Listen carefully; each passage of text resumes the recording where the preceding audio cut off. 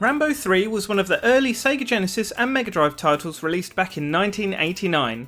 It's based fairly loosely on the film of the same name, which was a typical 80s action movie starring the muscle-bound Sylvester Stallone. Personally, I prefer the first two films, but this one still had a few memorable moments. Are you listening? Who are you? Your worst nightmare. Most of the game is played from the perspective above Rambo, apart from a few boss battles where you must take down a helicopter or tank. The graphics are actually pretty good for such an early title, especially in these boss battles and during the digitised cutscenes. As Rambo, you're equipped with bombs, explosive arrows, a machine gun and a trusty knife, which all serve a specific purpose.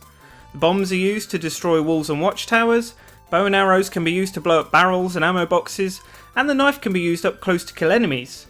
Why would you get up close if you can just use your machine gun? Well, because killing them this way can earn you extra ammo for special weapons and some much needed extra lives.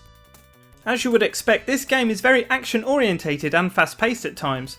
There are several moments where you have to fight your way through an overwhelming number of enemies, making some of the later levels quite difficult.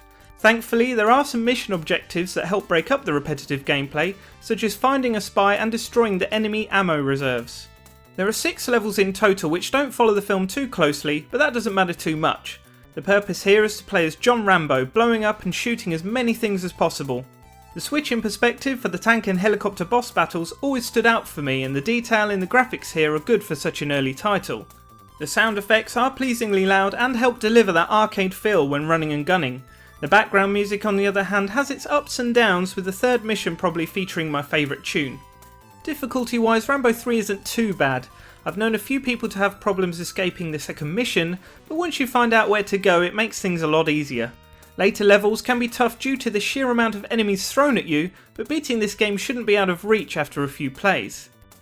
There is also a 2-player mode, but unfortunately it's not cooperative. Instead you take it in turns to play through each mission or after one of you loses a life. I think this game would have been better if 2 players are on the screen at once, but me and my dad still had a lot of fun with this when I was a kid. Overall, Rambo 3 is a pretty good game considering its age.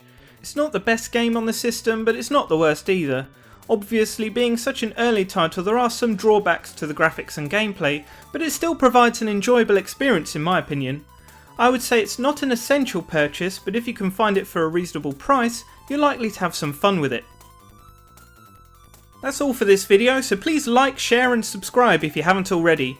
If you enjoyed this game or want to know more about it, leave a comment below, and as always, thanks for watching and I'll see you in the next video.